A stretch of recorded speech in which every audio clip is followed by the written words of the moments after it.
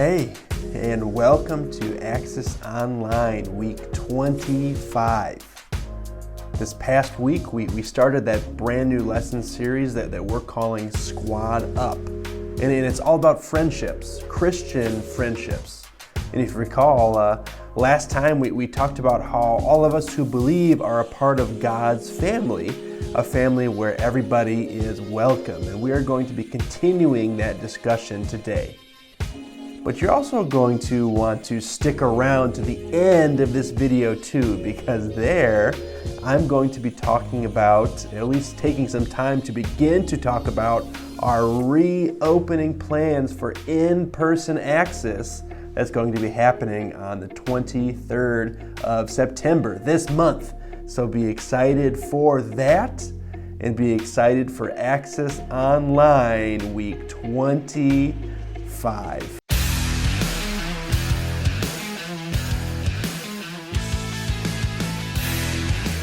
When I was a little kid, there was a period of time where I was obsessed with the TV show Power Rangers.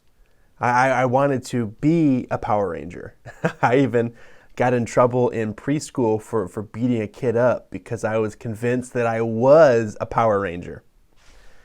If you don't know what Power Rangers are, that's totally okay.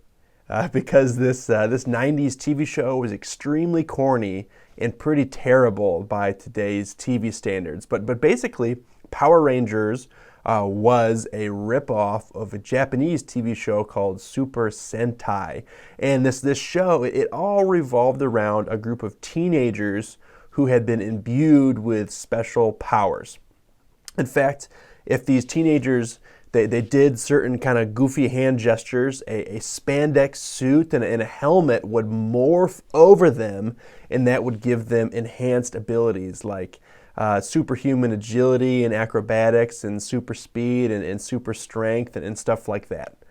But the coolest thing about Power Rangers, at least to my little mind back in the day, was their vehicles that sort of looked like giant robot dinosaurs. There was the Red Ranger in his Zord, or vehicle, that's what they called them. That one looked like a giant red T-Rex. And the Yellow Ranger's, hers was a massive saber-toothed tiger. And the Black Ranger, his was a huge mastodon. But if the Power Rangers, if they all worked together well, these Zords, they could actually link together too. And then they would then create an even bigger robot that the show called a Megazord. And this Megazord thing, this was several stories tall, and it was a several story tall mech suit that all of the Power Rangers would then control at one time. The Red Ranger, he would control the head of the thing. The Yellow Ranger, she'd control the right leg. And the Blue Ranger, he'd control the left leg. And the Black Ranger, he'd control the arms and so on and so forth. I know that the show was super corny. And it still is kind of a little bit embarrassing to talk about in the sense that I liked it so much. It definitely was a rip-off of a Japanese show. But hold on with me for just a minute, because there's a metaphor here that I think that all of us can really learn something from. Because in just about every single episode of this show, the Power Rangers, they did have these otherworldly villains and monsters that they'd have to fight in order to save the Earth. And sometimes these monsters would then grow to huge sizes, and they'd have to go and jump in their vehicles and go and defeat them. But often, the real conflict of each episode, or that which was harder to overcome, didn't directly have anything to do with these monsters or these villains. They were usually pretty easy to beat. No, the real conflict in most episodes was the division between the Power Rangers themselves, or their inability to work together as a team in some way or another. If they didn't unify, they were easily distracted and separated. And when they needed to combine all of their Zords together to create that huge Megazord thing, the Power Rangers, they sometimes had an issue controlling it if they weren't all in sync with one another. The Red Ranger, he might be trying to move them with the head in one direction, but the Blue Ranger or the Yellow Ranger that controlled the legs, they might have different idea how to fight or how to do things, and they might be all just working in disunity and just making their giant Megazord walk in a craze. And isn't that a picture of what happens sometimes in our friend groups? Isn't that disunity or the multi-directional craze something that happens in our squads today? Sometimes our squads just don't get along. Sometimes our friend groups fight. Or sometimes our friend groups fight with different friend groups. or there might be someone that our squad thinks is lame, so we sort of pick on him or her and gossip about them behind closed doors. And that is, we intentionally create division. And this really shouldn't surprise us, because the entire world is filled with division and disunity. One of the effects of sin is that it has now fractured God's good creation and makes us think that differences are bad things. God created this world to bring him glory by reflecting his beauty and his character. And we see this right in the book of Genesis, actually. The Lord, he made different plants and animals. He made different days of the week. He made different genders, male and female. And in these differences, these were all good things. No one person or no one gender or no one aspect of creation could properly point to God without that other thing, because God's beauty and holiness is grand. It's complex. We need differences in that way. But sin, it distorted that. And sin has made us think that differences are bad. It's also made us think that what we have isn't good enough, and the different thing that somebody else might have, it really makes us jealous. And when we look at society around us, we see all this kinds of stuff all the time, right? There's all kinds of racism out there. And people are even subconsciously willing to divide themselves up because of the color of their skin. There's also ethnocentrism and nationalism, or the thinking that people from other countries are not as good as people from our country, or there's classism between rich people and poor people. And on a smaller scale, there's even division like this within our friend groups, right? At school or in our neighborhoods, there's division. The kids who are really into sports might not like the kids necessarily who are super into robotics. Or the kids who grew up rich, they might only hang out with the same kids, or kids that share their similar socioeconomic class, and so on. There is all kinds of things that divide us, that fracture us apart, and make us disunified. But that is not how God's family is supposed to act or supposed to be. And by the power of the cross, Jesus is actively undoing such divisions within his squad, the church. Last week, we began looking at the book of Ephesians. We're going to look at that a bit more today. So here is Ephesians chapter 2, verses 11 through 18.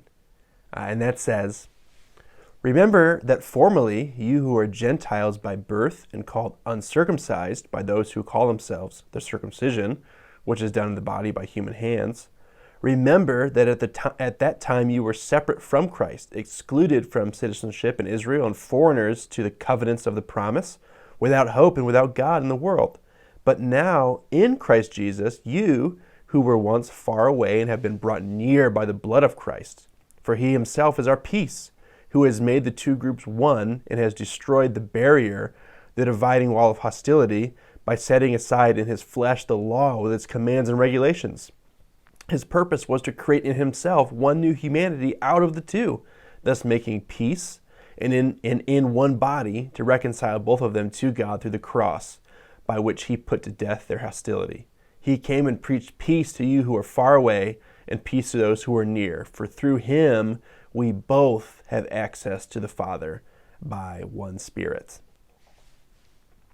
Again, this is Paul writing a letter to Christians in the town of Ephesus. And the Ephesian church, it seems, was a pretty divided church. That is, there were a bunch of Jewish Christians who were part of it, and there were also a bunch of Gentile Christians who were a part of it too. And in these two groups of people, they didn't usually get along. They were enemies of one another for a variety of reasons. But according to Paul here, they needed to let that division go. Why? Because Jesus broke down the barrier that divided these two groups by dying on the cross. His blood made the way for all people to be saved through him, not just the Israelites. Now, all who call on his name to be saved are part of God's family, and all have equal access to the Father. Jesus, he tore down that wall of division that was between these two groups, and he then created something new from them, a new family that's meant to be characterized by togetherness, by unity, and by devotion to the Lord. But what does that look like? What does it mean for God's family to be unified, to be together? And how might we be devoted to the Lord in this way? Well, think with me about a time that you were fighting with one of your friends. Maybe your friend and you had a crush on the same person and you guys were quarreling over that, or maybe you were jealous about something and that started some arguments. Or maybe you heard that your friend was gossiping behind your back about you. But when you were fighting with your friend, or whatever you had happen in your life that caused this division or quarreling, what did you do to overcome all of that? You likely had to forgive them, or you had to ask to be forgiven. You likely had to treat your friend in a way that you would want to be treated yourself, right? And that is how we are supposed to act in God's family too. We forgive each other for wrongdoings. We attempt to work together and to get along for the benefit of all. We do for our friends what God has done for us. But it's more than that too, actually. Because God's family includes Jews and Gentiles, or groups gathered together that never would naturally be friends in this fallen world. And that's the power of the gospel, actually. Jesus heals deep divisions by his blood. So that means that when there's somebody in our church or somebody in our youth group even that's nothing like us, it's actually our duty and our responsibility as Christians to learn from them. We need their differences to properly reflect God, remember?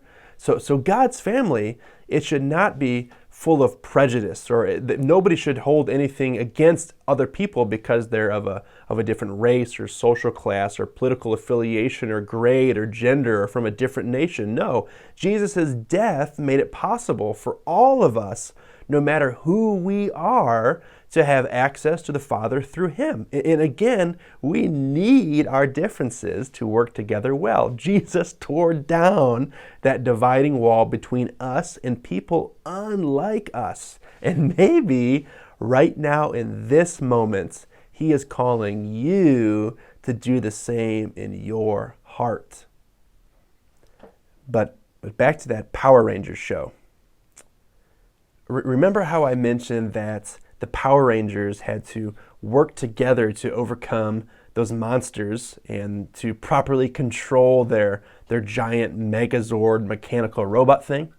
It's corny, but it's kind of the same with our group, right? We need to work together in unity to properly show Jesus to others. We need to embrace each other's differences because God has uniquely gifted each one of us differently to work for his glory. The Blue Ranger in Power Rangers, he was a leg. and the Red Ranger was a head. And you and I are different too, but just like the Power Rangers, we need each other to function properly. Jesus, again, he tore down the dividing wall of hostility to make peace where there was no peace. He created a new family out of division, and he calls this family to become a group of different and unique people who work together for his good. And just like Jesus tore the walls down that divide us from each other, we can begin to tear down the walls of separation that we have constructed between people that we know too, right? We can rebuild relationships that have been damaged. We can forgive others who might have wronged us, and we can ask for forgiveness from others who we have wronged. We can seek out and we can invite people unlike us to be part of God's family too. Why? Because as God's family, we should do for others what God has done for us. Hey, it's Colby again. And just like I promised at the beginning of this video, I want to take a little bit of time to just talk about our Access reopening plan. As of now, we are planning on beginning our in-person Access student ministries at Word of Life Church right in this building on September the 23rd, Wednesday, September the 23rd from 6 p.m. to 8:10 p.m. And there are going to be some things that are a bit different than last year, yes. You and your parent or guardian are going to be receiving some material as to how specifically things are going to be different, and also be on the lookout for a video that we are going to release that's going to kind of show you what a normal Access night is going to look like this fall. We're going to kind of go through step by step how things are going to look like and some guidelines that we are all going to have to follow. But even though it will be different, we will still be together. And even though it'll be different, we still will be worshiping the same Lord. We'll still be eating great food, and we are still going to be playing a lot of really fun games. In fact, on September 23rd, we're going to be hosting a sort of kickoff party to make up for some of the things that we've had to miss this past season of life. So you'll see what I mean by that in a little bit. But again, we are going to be resuming our in-person Access student ministries starting Wednesday, September 23rd from 6 to 8:10 p.m. I hope to see you then. See you soon. Bye.